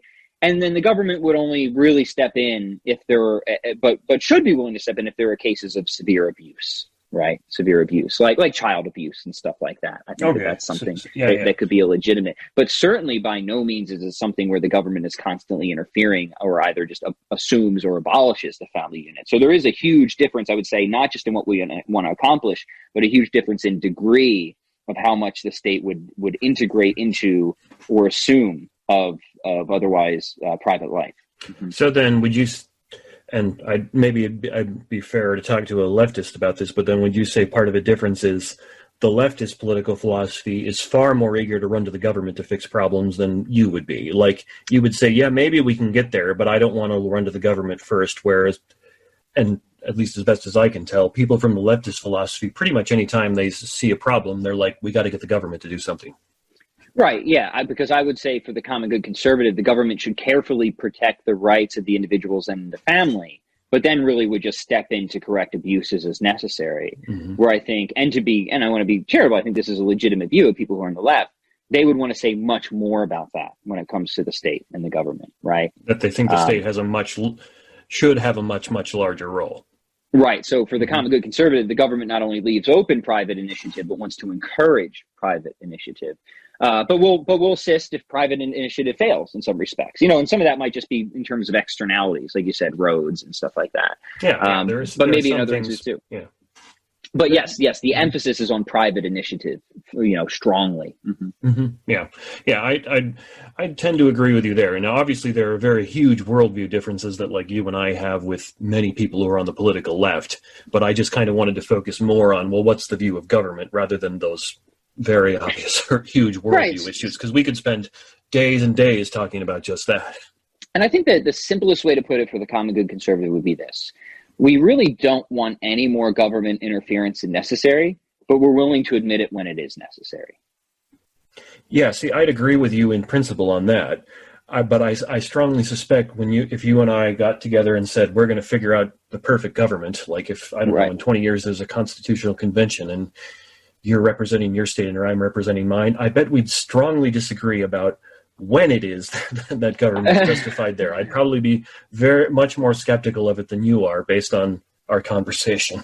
Yeah, I think that's probably fair to say. And I'm, fair enough. Like, you know what? The left might say that too. And they just might be like, well, it's always necessary, right? They might say, yeah, we want the least necessary, but it's necessary for everything. So I guess maybe that way of stating it isn't the most helpful. I mean, what would be a country that I think is kind of something like a common good conservative, maybe something like Poland, right? You look at Poland, and a very Catholic country. So I don't think this is, but they have they actually have a significant amount of welfare spending, but they have strong incentives for family units, and stuff like that. Obviously people on the left will look at that and think it's very, too traditional or backwards looking or something like that. I think that that's actually wrong. So yeah, I would say maybe, I don't think it's perfect by any means. Poland has its issues. We'll never find a perfect place. No. So yeah. Right. Yeah. St. Augustine had much to say about that. Right. But yeah, like something like Poland, I think there's probably more government involvement in Poland than many American conservatives and certainly libertarians would want to say is desirable or necessary. But it's something that I could look at now as a common good conservative and say, it's something like that, give or take here a little bit. Mm-hmm. I wonder, and if you don't know this, that's fine. Does Poland tend to have a very homogenous population where the people tend to more or less be pretty similar? Well, it's not the most homogenous, but I mean, it is, what's the population of Poland? I feel like it's probably 40 million or something like that. Yeah. So it's considerably smaller. They're much more homogenous. They're significantly Catholic, right? So most people following the same branch of the same religion makes a very, very big difference. So, and to that, you're absolutely correct. So I am not saying that because I like, with the way things are in Poland, I want to just try and mimik that in the U.S. I think that would be obviously a bad idea, right? Because it's a very different culture. It's a very different population. But if you're just asking me, well, what's kind of an example of maybe like a type of government and free initiative interplay that a common good conservative could look at and say something like that, I would say maybe something like Poland. Right? Okay. Yeah. And I wasn't trying to say, oh, your example's invalid there, because you're not trying to say we should be like Poland. It just kind of occurred to me as you were saying that that's one of the, I would say, challenges or problems the U.S. has, which is very unlike many of the challenges that other countries have with their governments, is we don't have a homogeneous population in virtually any sense. We're all over the map on everything imaginable. And so that makes the challenges of how you form a government very, very different, because in Poland, I wouldn't be surprised if a lot of the people, from what you're saying, probably more or less agree on many basic issues. And so it's a lot easier to get consensus and have a government that seems fair to them, because they don't disagree on, at least to the same degree we do, on very basic worldview issues. Right, and like to give an example, like Poland, I'm not an expert in Poland, so if I get any of this wrong, people can, I will gratefully accept your criticism, but I'm pretty sure they have, state subsidized healthcare, for example. And, that's something that in principle, a common good conservative, doesn't have to be against. For me, that would be, again, kind of empirical thing, right? An empirical question. But it's something that I think a number of conservatives or libertarians might initially push back against, right? Mm-hmm. All right. Well, I think I've just got like one more question for you here. And and you can answer this either practically or theoretically, however you like, but is there anything you can think of that would like change your mind, that would like make you want to go to the change even just a little bit, or make you want to run in the other direction, either about Trump and Biden or about political philosophy in general? Yeah, I mean, well, aside from like the hypotheticals of like Trump suddenly becoming pro-choice, I mean, something crazy like Biden getting up and saying, "I'm renouncing everything I ever did, and from now on, I'm going with the Republicans," which we all know so like happen. or say Biden goes and he goes to confession, he receives the Eucharist, he renounces all the heresies, and as a Catholic, right, and says, "All right, I'm pro-life."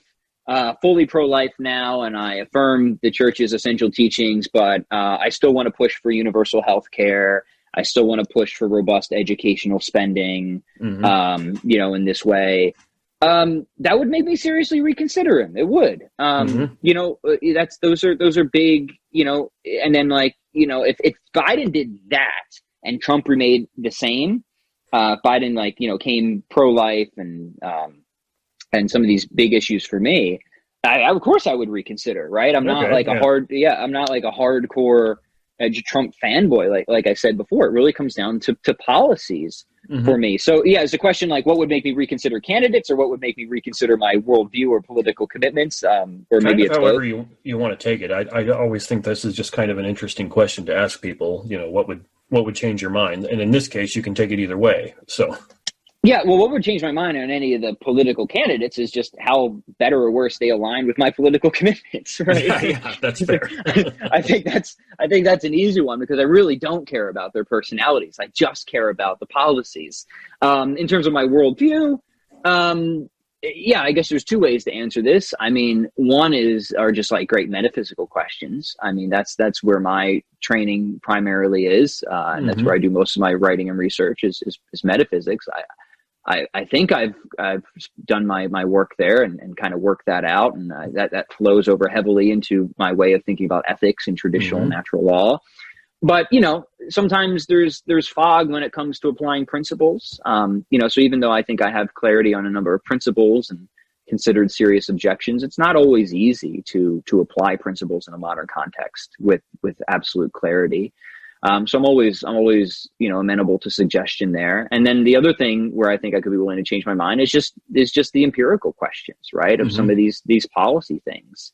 If you could show me empirically and based on data, for example, that I don't want to bring up the mask thing because it's really not a hill I'm willing to die on. But if you could show me that they were effective and you had good studies, I have no reason to protest it, right? Same thing with educate. Like if you can meet a certain burden of proof. I'm not going to play this. I'm not going to be like that annoying new atheist, right? Where there's who says there's no evidence for God, and you give them a bunch of evidence. They'll say, well, that's not evidence. And it's like, well, what are you talking about? Of course it's evidence. Maybe you don't think it's, I'm not going to be that. Like, I'm not a skeptic for being a skeptic. If you can show me evidence of some degree, I'm going to admit it. Just as a general rule, when somebody claims there's no evidence for something, I'm usually pretty skeptical of what they say at that point. Because there are some instances where that's true, but there are relatively rare, and it's more likely that person just doesn't know what they're talking about. So. Yeah, 100%. Like, there's evidence for masks, of course, especially the N95 masks. I just don't think that for the mask mandates, that evidence meets a threshold of a burden of proof. Yeah, of course, and that's a much fairer way to say that, and a much more honest way to argue about it. Yeah, right. And so I guess to answer your question, Phil, there's a lot of I guess specific issues, especially in terms of government spending and investment. For me, have just become empirical questions, and if you can just present me a case there, I'd be willing to consider. I mean, take universal healthcare, right? So I think you mentioned before, like, okay, just because some countries that are often much smaller and more homogenous than us have succeeded with, government subsidized or even, run healthcare. I'm with you in the sense that I'm skeptical that that's something we could just transplant here with no issues whatsoever, exactly. Right? But at the same time, I'm open to being convinced on that. Like, if you could make a good case, however, that we could make it work here, or we run some trials or tests. I don't have an in principle issue with universal healthcare, except unless you're going to wrap abortion into that, right? Because then we're just universal death camps, and I'm never going to accept that, right? But say our culture becomes pro-life and abortion's off the table, and people don't absurdly call abortion healthcare. Then yeah, I'm open to that. That's an issue I could go any direction on. That all strikes me as very, very reasonable. I just think you're a little too how could I put this, optimistic about what the government should do. I should send you the essay I wrote a long time ago about how badly the government's mucked up its spending on public aid programs, because I think that's very instructive as to how it does things in general. Well, let me say this. I mean, let me remind the gentle listeners that I cut my teeth on Rothbard and these other hardcore libertarians. Yeah, that's a pretty fair response. I'm quite familiar, and I think our government is grossly incompetent. So my position at this point would say, pragmatically, prudentially, empirically, my sympathies are still strongly libertarian. So I don't think we actually disagree there, Phil, for the reasons you've just described. The only thing that's really changed for me is the in principle question. And if it could be demonstrated that the government could do a better job, maybe we get some actual statesmen in, some people who are virtuous, then I don't have an in principle problem with it that I used to as a libertarian. But I would, to your point, and where I agree with, is I still have very much a pragmatic issue with it. Okay. Yeah, that's pretty fair. All right. Well, I think we covered everything. Oh, I meant to ask you this before we got started yesterday, but did you actually pick up Metallica's S&M2 album? I know we talked about that online. And I was curious what you thought. So, all right, what do I think about it? So, love Metallica. I know we were talking on Facebook. S&M was one of my favorite albums of all time, too. I just love it. If not the best album of all time, I'd put it in my top 5. So my favorite from the new one, I do like the new one. I don't like it as much as the original. I think the production was a little off. The symphony didn't gel quite as well. So I would rate it lower than the original. But I mean, I'm nostalgic. I still loved it, and I love my favorite track on there is actually "The Memory Remains." I think they did such a good job with that version of it and the way they integrated the crowd. So I'm a fan. I'll always be a Metallica fan. I was joking the other day when I said whenever I listen to Metallica, I remember who the best metal band of all time is, Megadeth. And you want to trigger people, forget the political debates, forget the religious debates, just bring up a Megadeth versus Metallica debate and you'll never hear the end of it, right? I like them both, honestly. Megadeth has some excellent songs. A friend of mine in college turned me onto them with their United Abominations album, which I know is relatively recent because I know Megadeth was around pretty much the whole time Metallica was. But I really, really enjoyed that one and have listened to them some more since then. Right. Yeah. So Rust in Peace would probably be my favorite album from them. Maybe even my favorite metal album of all time. I love them check both. That one out, then. Yeah. If you haven't got Rust. So here's how Megadeth works. Like Metallica, you listen to them. The first time you hear them, you love them. You always love them. Megadeth, the first time you hear Rust in Peace, you're like, I'm not quite sure how I feel about that. The second time you listen to it, you're going to be like, actually, I think this is pretty cool. The third time you listen to it, this is the best thing I've ever heard, right? It's one of those experiences, It kind of has to grow on you a little bit before you recognize quite of everything that it's doing. Is that the gist Exactly. I would say that's yeah. exactly it. Yeah. Uh-huh. There are several movies I enjoy that are like that. My wife tells me I look at movies with too much of a critical eye, and I tell her, yeah, but then the ones that are really good, I enjoy them so much more than you do. So what's an example of that for you?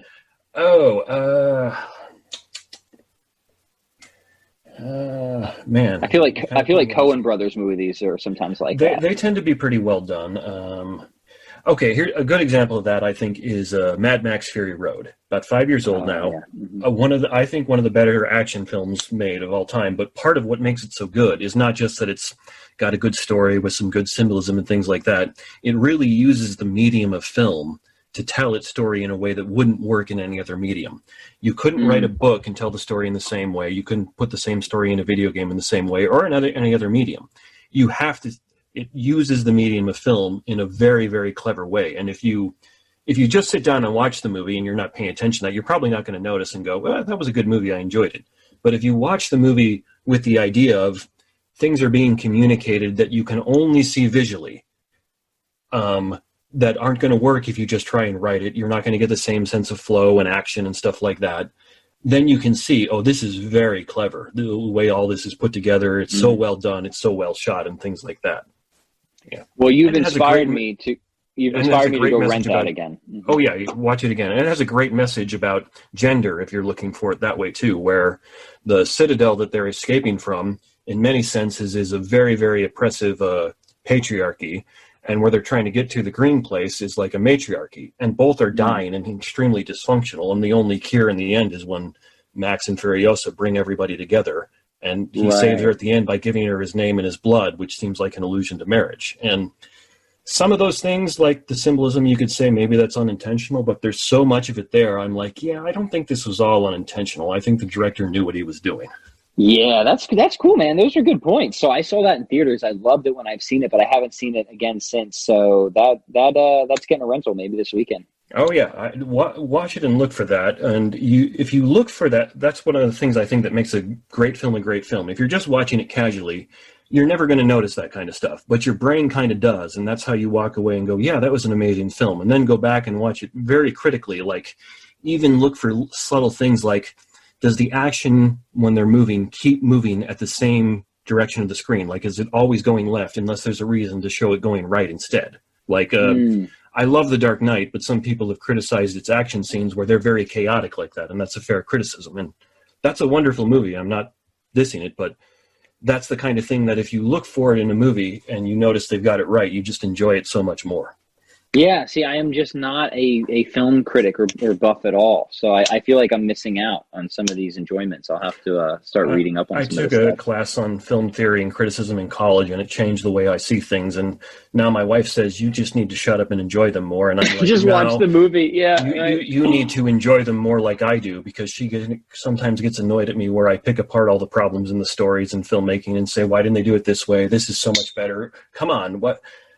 People are getting paid millions of dollars to write this, and I can pick it apart in 30 minutes. Something's wrong here. So Right. Well, yeah, good stuff, man. Good stuff. Speaking of, this is kind of funny. We're doing this political podcast today because the debate's tonight, isn't it? The debate is tonight. Yeah, I'm actually not going to be watching it tonight because I'm actually scheduled to go talk to that group of guys I've been reading Atonement through, and I figured that's more important than debate. I'll just listen to it tomorrow while I'm doing yard work or something. Oh man, brother. Yeah. Enjoy the fellowship and the theological study over that for sure. Mm-hmm.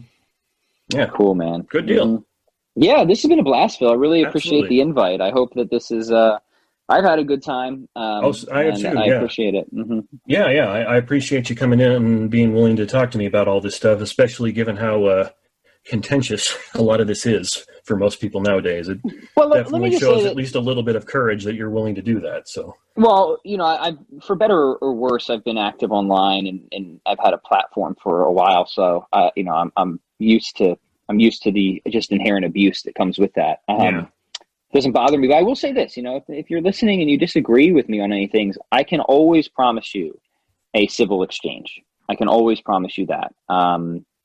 So yeah, that's, let me maybe just leave it at that. My website's chroniclesofstrength.com. You can contact me through there. And I don't actually talk a lot about politics there. I focus on I do a lot of philosophy. So I have my philosophy Fridays. I write a lot of philosophy in the blog, but I just tend to stay in, because like political philosophy is not my specialty. I peek into it every now and then, but I'm just a lowly metaphysician, Phil. What do I, Metaphysicians should probably talk more about politics than they do in general, because most of the people who are talking about politics clearly aren't doing it right. So. So no, this has been fun for me because it's not a conversation I get to have very often. So I hope I was able to articulate something attractive at the very least about a conservative viewpoint. Yeah, I very much appreciate you coming on. I really enjoyed it too. I mean, it took us 2 whole days to get through it, so that's really something. Cool. Well, let's do it again soon. Okay, so that's the extent of Pat and I's discussion on practical political philosophy. As always, now it's time for you to write in, let me know what you think. You can reach me for any kind of comment at theexaminedlifewithphil@gmail.com. Send a message or leave a comment on the Facebook page. Just type in The Examined Life with Phil. You'll find it. If you like what I'm doing here on the podcast, share it on your social media. Get it out to more people. Give it likes or ratings on whatever podcast app you use. Just whatever's appropriate. And as always, thanks for listening. Thank you for listening to a production of WCAT Radio. Please join us in our mission of evangelization. And don't forget, love lifts up when knowledge takes flight.